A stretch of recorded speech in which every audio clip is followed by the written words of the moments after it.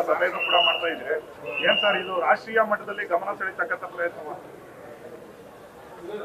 August 5ನೇ ತಾರೀಕು ಇದ್ದಂಥ ಕಾರ್ಯಕ್ರಮ ಶಿಬು ಸುರೇನ್ ಅವರು ತೀರೋಗಿದ್ದ 8ಕ್ಕಿದೆ. ರಾಹುಲ್ ಗಾಂಧಿ ಅವರು ಬರ್ತಾ ಇದ್ದಾರೆ. ಇದು 2000 ವಿಶೇಷವಾಗಿ 23ರ ಪಾರ್ಲಿಮೆಂಟ್ ಚುನಾವಣೆಯಲ್ಲಿ, ಅದಾದ ನಂತರ ಅಸೆಂಬ್ಲಿ ಚುನಾವಣೆಗಳು ಮಹಾರಾಷ್ಟ್ರ ಇಲ್ಲೆಲ್ಲ ಕೂಡ ಸಾಕಷ್ಟು ಲೋಪದೋಷಗಳು ಚುನಾವಣಾ ಕಮಿಷನಿಂದ ಆಗ್ತಾ ಇದೆ. ಅದಕ್ಕೆ ಜನರ ಒಂದು ಗಮನವನ್ನು ಸೆಳೆಯೋದಕ್ಕೆ ರಾಹುಲ್ ಗಾಂಧಿ ಅವರು ಬರ್ತಾ ಇದ್ದಾರೆ. ಈಗ ಉದಾಹರಣೆಗೆ ಚಿಲುಮೆ ಅಂತ ಒಂದು ಸಂಸ್ಥೆ ಇತ್ತು ನಮ್ಮ ಅಸೆಂಬ್ಲಿ ಎಲೆಕ್ಷನ್ಸಲ್ಲಿ. ಆ ಚಿಲುಮೆ ಸಂಸ್ಥೆಗೆ ಕೊಟ್ಟು ಹೆಸರುಗಳನ್ನು ತೆಗೆಸೋದಕ್ಕೆ ಪ್ರಯತ್ನ ಮಾಡಿದ್ದು, ನಾವೆಲ್ಲ ಹೋಗಿ ಪ್ರೊಟೆಸ್ಟ್ ಮಾಡಿದ್ದು, ಅದೆಲ್ಲರೂ ಕೂಡ ಗೊತ್ತಿರ್ತಕ್ಕಂಥ ವಿಚಾರ. ಮತ್ತು ಮಹಾರಾಷ್ಟ್ರ ಎಲೆಕ್ಷನ್ನಲ್ಲೂ ಅಷ್ಟೇ, ಪಾರ್ಲಿಮೆಂಟ್ ಎಲೆಕ್ಷನ್ನಲ್ಲಿ 48 ಸೀಟಲ್ಲಿ 30 ಕಾಂಗ್ರೆಸ್ಸು, ಶಿವಸೇನೆ, ಮಿತ್ರ ಪಕ್ಷಗಳು ಬಂದಿತ್ತು. BJPಗೆ ಬಂದಿದ್ದು 18. ಆದರೆ ಅಸೆಂಬ್ಲಿ ಚುನಾವಣೆಯಲ್ಲಿ ವಿಚಿತ್ರ ಒಂದು ರಿಸಲ್ಟು ಬಂತು. ಒಂದು ನಾಂದೇಡ್ ಅಂತ ಒಂದು ಬೈ ಎಲೆಕ್ಷನ್ ಆಯಿತು ಪಾರ್ಲಿಮೆಂಟ್ ಎಲೆಕ್ಷನ್ನಲ್ಲಿ. ಅಲ್ಲಿ ಕಾಂಗ್ರೆಸ್ ಅಭ್ಯರ್ಥಿ 2 ಲಕ್ಷ ಮತಗಳಿಂದ ಗೆಲ್ತಾರೆ ಬೈ ಎಲೆಕ್ಷನ್ನಲ್ಲಿ. ಆವತ್ತೇ ವಿಧಾನಸಭಾ ಚುನಾವಣೆ ಆಗುತ್ತೆ. ಅದೇ ಮತದಾರ 7ಕ್ಕೆ 7 ಕೂಡ ಕಾಂಗ್ರೆಸ್ಸು ಅಥವಾ ಮಿತ್ರ ಪಕ್ಷಗಳು ಯಾರೂ ಗೆಲ್ಲಿಲ್ಲ.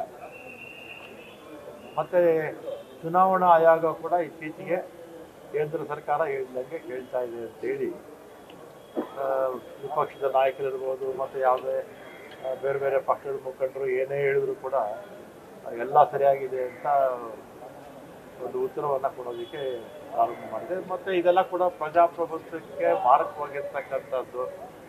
ಮತ್ತು ಮತದಾರ ಮತಕ್ಕೆ ಬೆಲೆ ಇಲ್ಲದೆ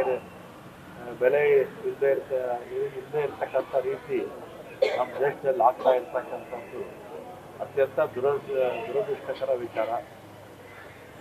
ಇದನ್ನು ಪ್ರತಿಭಟನೆ ಮಾಡೋದಕ್ಕೆ, ಜನರ ಗಮನವನ್ನು ತೆಗೆಯೋದಕ್ಕೆ ರಾಹುಲ್ ಗಾಂಧಿ ಅವರು ಬರ್ತಾ ಇದ್ದಾರೆ. ಅದೇ ಬೇರೆ ಬೇರೆ ಕಡೆ ಎಲ್ಲ ವಿಪಕ್ಷದ ನಾಯಕರು ಅಂತ ಮಾತಾಡ್ತಾ ಇದ್ದಾರೆ. ಅಷ್ಟು ಇದು ನಾಡಿದ್ದಿನ ಕಾರ್ಯಕ್ರಮದ ಬಗ್ಗೆ ಇವತ್ತು ಪೂರ್ವಭಾವಿ ಕಾರ್ಯಕ್ರಮ. ಬರೀ ಮಹದೇವಪುರದ ಮಾತ್ರ ಇದೆಯಾ ಅಥವಾ ಬೇರೆ ಕ್ಷೇತ್ರಗಳು ಎಲ್ಲ ಕಡೆನೂ ಇದೆ. 2014 ಎಲೆಕ್ಷನ್ನಲ್ಲಿ, 19 ಎಲೆಕ್ಷನ್ನಲ್ಲಿ ಎಲ್ಲ ಕಡೆ. ಈಗ ಉದಾಹರಣೆಗೆ ಪಾರ್ಲಿಮೆಂಟ್ ಅಸೆಂಬ್ಲಿ ಎಲೆಕ್ಷನ್ಸಲ್ಲಿ ನಾವು 45,000 ಗೆದ್ದಿರ್ತೀವಿ. ಒಂದೇ ವರ್ಷಕ್ಕೆ BJPಗೆ 20,000 ಲೀಡ್ ಬೇಕು. ಉದಾಹರಣೆ ನನ್ನ ಕ್ಷೇತ್ರ ಅಂತ ತಗೊಳ್ಳಿ. 2013ರಲ್ಲಿ ನಾನು 49,000 ಮತಗಳಿಂದ ಗೆದ್ದಿದ್ದೆ. 14ರಲ್ಲಿ ಪಾರ್ಲಿಮೆಂಟ್ ಚುನಾವಣೆ ಆಯಿತು, 21,000 ಮೈನಸ್. ಸರ್, ಈಗ ನಾಳೆ ಕ್ಯಾಬಿನೆಟ್ ನಡೀತಾ ಇದೆ. ದ್ವೇಷ ಭಾಷಣಕ್ಕೆ ಕಡಿವಾಣವನ್ನು ಹಾಕಬೇಕು ಅಂತೇಳಿ ಹೊಸ ಕಾನೂನನ್ನು ಸರ್ಕಾರ ತರೋದು ಕೊಟ್ಟಿದೆ. ಅಗತ್ಯವಾಗಿ ಬೇಕಾಗಿರ್ತಕ್ಕಂಥ ಕಾನೂನು. ದ್ವೇಷ ಭಾಷಣ, ಜನರನ್ನ ದ್ವೇಷ ಭಾಷಣದ ಮುಖಾಂತರ ಗೆದ್ದಕಟ್ಟುವಂಥ ಕೆಲಸ ಸುಮಾರು 10-15 ವರ್ಷಗಳಿಗೂ ಕೂಡ ಸತತವಾಗಿ ಒಂದು ಪಕ್ಷ ಮತ್ತು ಆ ಪಕ್ಷದ ಅಂಗಸಂಸ್ಥೆಗಳು ಮಾಡ್ತಾ ಇದೆ.